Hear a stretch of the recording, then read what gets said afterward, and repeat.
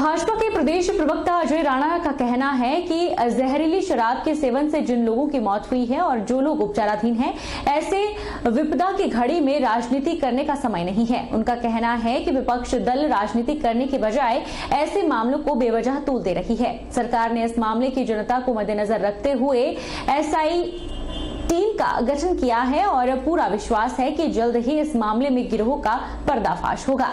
ये आपदा हुई है, पुलिस वालों से मेरा ये कहना है, एसआईटी के तो गठन हुआ है, लेकिन पुलिस वाले भी इस आपदा को, जो विपदा आई है, इसको अवसर में बदलें। और जितना भी चीटे की शिकायतें हैं सोशल मीडिया में लगातार लोग लिख रहे हैं, और ये भी सरकार ने एसआईटी का गठन एकदम किया है। और आज मेरी जो जानकारी है, director general of police DGP यहां मौजूद हैं, और भारतीय जनता पार्टी ये सभी जितनी भी मौतें हुई हैं उनके साथ इस विपदा की घड़ी में उनके साथ खड़ी हैं, और दोषियों के साथ लगातार कार्रवाई हो। और सुंदरनगर मात्र सलापड़, कांगू, डहर इन्हीं इलाकों में नहीं, ये पूरे सुंदरनगर में या पूरे जिला मंडी में जहां जहां नशे की जैसे खेप आ रही है, जहरीली शराब है, जो इलीगल शराब बिक रही है, उस पे चिट्टा जहां बिक रहा है उस पे सख्त कार्रवाई होनी चाहिए। हिमाचल प्रदेश जिला परिषद चेयरपर्सन और वाइस चेयरपर्सन संघ ने गुरुवार को मुख्यमंत्री जयराम ठाकुर से मुलाकात कर ज्ञापन सौंपा। उन्होंने मांग की है कि पंचायती राज संस्थाओं के लिए राज्य वित्त आयोग से अलग से बजट का प्रावधान किया जाए। साथ ही बजट का कुछ भाग जिला परिषद की स्थायी संपत्तियों के निर्माण के लिए अनिवार्य किया जाए। हिमाचल प्रदेश जिला परिषद चेयरपर्सन और वाइस चेयरपर्सन संघ ने गुरुवार को मुख्यमंत्री जयराम ठाकुर से मुलाकात कर ज्ञापन सौंपा। उन्होंने कहा कि जिला परिषद के अधीन कार्यरत पंचायत सचिवों, तकनीकी सहायकों और ग्राम रोजगार सेवकों के स्थानांतरण पोस्टिंग का अधिकार जिला परिषद सदन को दिया जाए। इसके अतिरिक्त इनके जॉब चार्ट में मनरेगा के अलावा जिला परिषद द्वारा करवाने जाने वाले विकास कार्य को भी अनिवार्य रूप से शामिल किया जाए। जिला परिषद सदन को जिला स्तर के अधिकारियों की बैठकों में उपस्थित न होने पर अनुशासनात्मक कार्यवाही करने का प्रावधान किया जाए। जिला परिषद सदस्यों को मनरेगा का शेल्फ जिला परिषद सदन में सम्मिलित करवाने का प्रावधान किया जाए। पंचायती राज संस्थाओं में लिपिकीय और तकनीकी कर्मचारियों की कमी है, कर्मचारियों के रिक्त पदों को भरा जाए और नए पद सृजित किए जाए। उन्होंने मांग की है कि 15वें वित्त आयोग में जिला परिषद के लिए कम से कम 30% अंश का प्रावधान किया जाए। 15वें वित्त आयोग के अंतर्गत प्रदान किए जा रहे अनुदान में टाइड और अनटाइड की शर्त को हटाया जाए।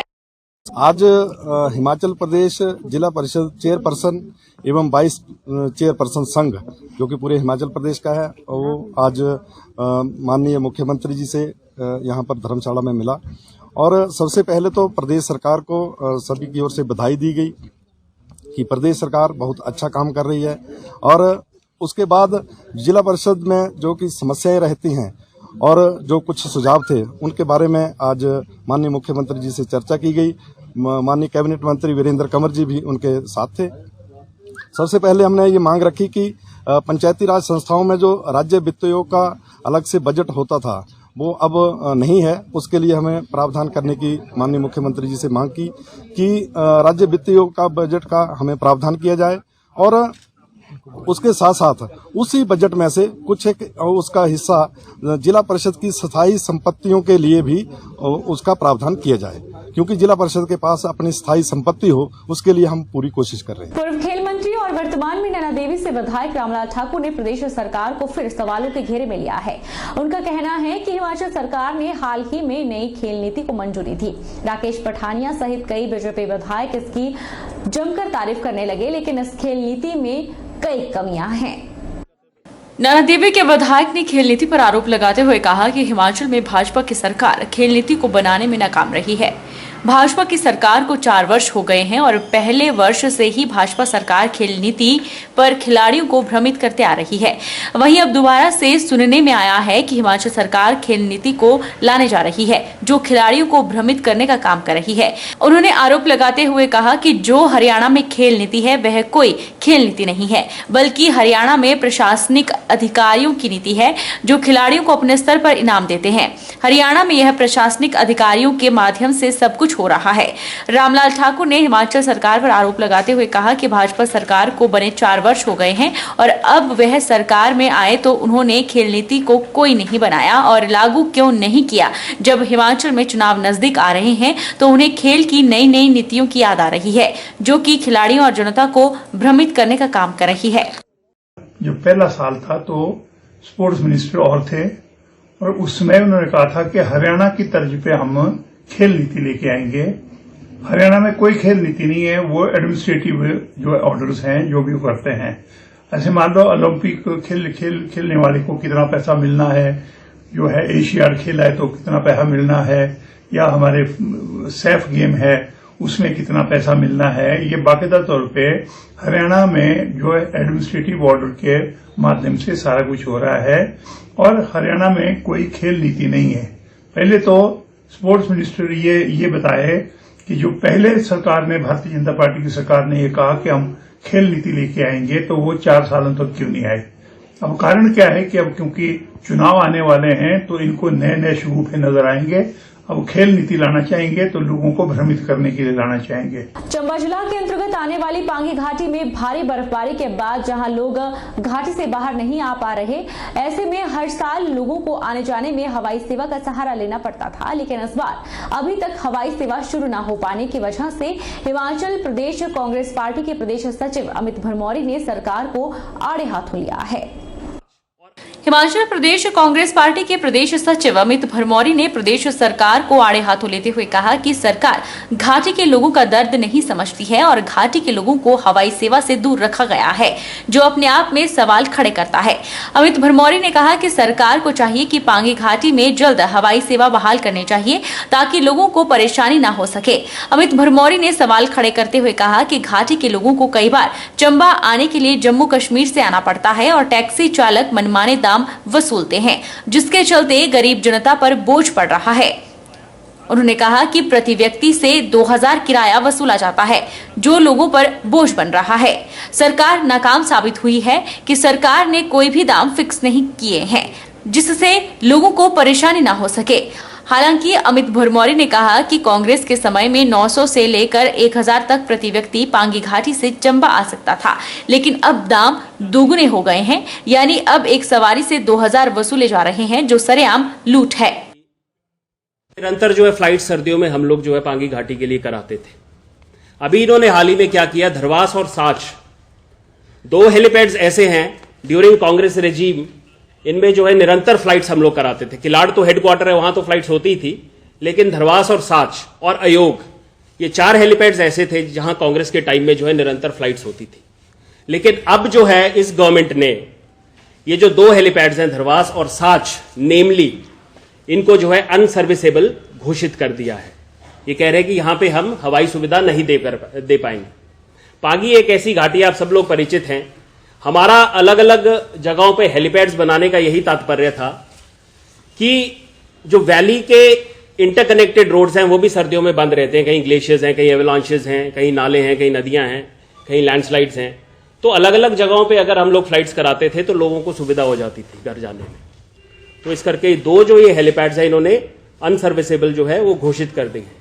पांगी में आपातकालीन स्थिति बनी हुई है, बिजली मेजर प्रॉब्लम, 2 या 3 घंटे दिन में लाइट आ रही, जैसा मुझे बताया गया है 2 या 3 घंटे लाइट आ रही है। एसेंशियल कमोडिटीज एक बहुत बड़ा मुद्दा है, राशन, सिलेंडर, इन सब की कमी है। तो मैं चाहता हूं कि आप लोगों के माध्यम से सरकार तक ये आवाज पहुंचे, मेरी बात भी सरकार तक पहुंचे, जनता की बात भी सरकार तक पहुंचे कि इन सभी चीजों पे सरकार विद इमीडिएट इफेक्ट जो है गौर करे। टैक्सी आजकल आपको पता है कि लोग या तो वाया J&K आते हैं, या अगर बीच का हमारा रास्ता जो उदयपुर टू किलाड़ अगर वो खुला हो तो वाया रोहतांग टनल लोग आते हैं। लेकिन जो किराया है, टैक्सी के चालक कितना वसूल रहे हैं, टैक्सी के मालिक कितना वसूल रहे हैं, 2000 रुपया पर पर्सन। सरकार को चाहिए कि एक फेयर जो है वो फिक्स करे। मंडी जिला युवा कांग्रेस कार्यकर्ताओं के द्वारा युवा कांग्रेस अध्यक्ष तरुण ठाकुर की अगुवाई में जिला प्रशासन के माध्यम से मुख्यमंत्री जयराम ठाकुर को ज्ञापन भेजा गया। ज्ञापन के माध्यम से जिला में शैक्षणिक संस्थानों को खुलवाने की मांग की गई। मंडी जिला युवा कांग्रेस कार्यकर्ताओं के द्वारा युवा कांग्रेस अध्यक्ष तरुण ठाकुर की अगुवाई में जिला प्रशासन के माध्यम से मुख्यमंत्री जयराम ठाकुर को ज्ञापन भेजा गया और ज्ञापन के माध्यम से जिला में शैक्षणिक संस्थानों को खुलवाने की मांग की गई।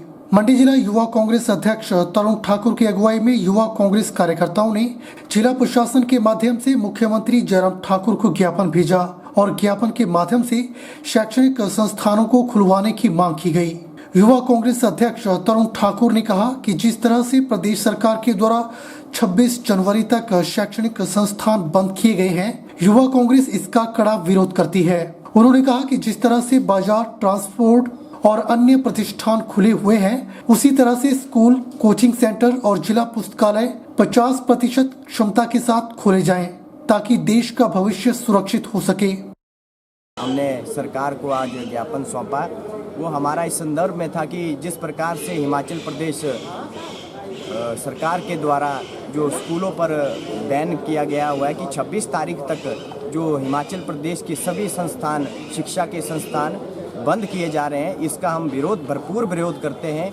क्योंकि हम आज के समय में देख रहे हैं कि किस प्रकार से हमारे जो आज के डेट में जो मार्केट है और जो हमारे ट्रांसपोर्टेशन है 100% के हिसाब से जो चल रही है, उसी प्रकार से हम चाहते हैं कि हमारा जो भविष्य है, जो स्कूल है, हमारे शिक्षा संस्थान है, कोचिंग सेंटर है, डिस्ट्रिक्ट लाइब्रेरी है, इन्हें भी बच्चों को 50% की क्षमता से इन्हें यूज़ करने के लिए दिए, ताकि जो हमारा आज का युवा है, जो कल का भविष्य बनने जा रहा है, उसके हिसाब से देखते देखते जो आज कोरोना काल को 2 साल से ऊपर होने जा रहा है, लेकिन सरकार के पास अभी तक ऐसी कोई व्यवस्था नहीं है जो हमारे जो भविष्य है, हमारे जो आज के युवा साथी हैं, हमारे जो बच्चे स्कूल में पढ़ने वाले बच्चे हैं, उनको कोई व्यवस्था नहीं की जा रही है। मैं सरकार को ये बताना चाहता हूँ कि अगर आप करोड़ों की रैली मंडी पड्डल मैदान में करा सकते हैं, तो क्या आप 50% के साथ स्कूलों को नहीं खोल सकते हैं? आप देख सकते हैं कि किस प्रकार सरकार आज जो ज़्यादा ऑनलाइन जो इलेक्ट्रॉनिक मीडिया के माध्यम से जो बच्चों को पढ़ाने की कोशिश कर रही है। कुछ हमारे ऐसे भी परिवार हैं जो BPL के परिवार हैं, जहाँ 2 बच्चे हैं, जहाँ 2 बच्चे पढ़ते हैं, वहाँ पर एक फ़ोन होने के कारण दूसरा बच्चा नहीं पढ़ पाता है। तो हमारा सरकार से ये भी अनुरोध रहेगा कि वे उन BPL परिवारों को हम एक जो आप फ़ोन प्रदान करें, एक स्मार्टफोन, ताकि उनकी शिक्षा पर कोई बाधा नहीं आ सके। वक्त चला है छोटे से ब्रेक का। ब्रेक के उस पार फौरन लौटेंगे, आप बने रहिए हमारे साथ।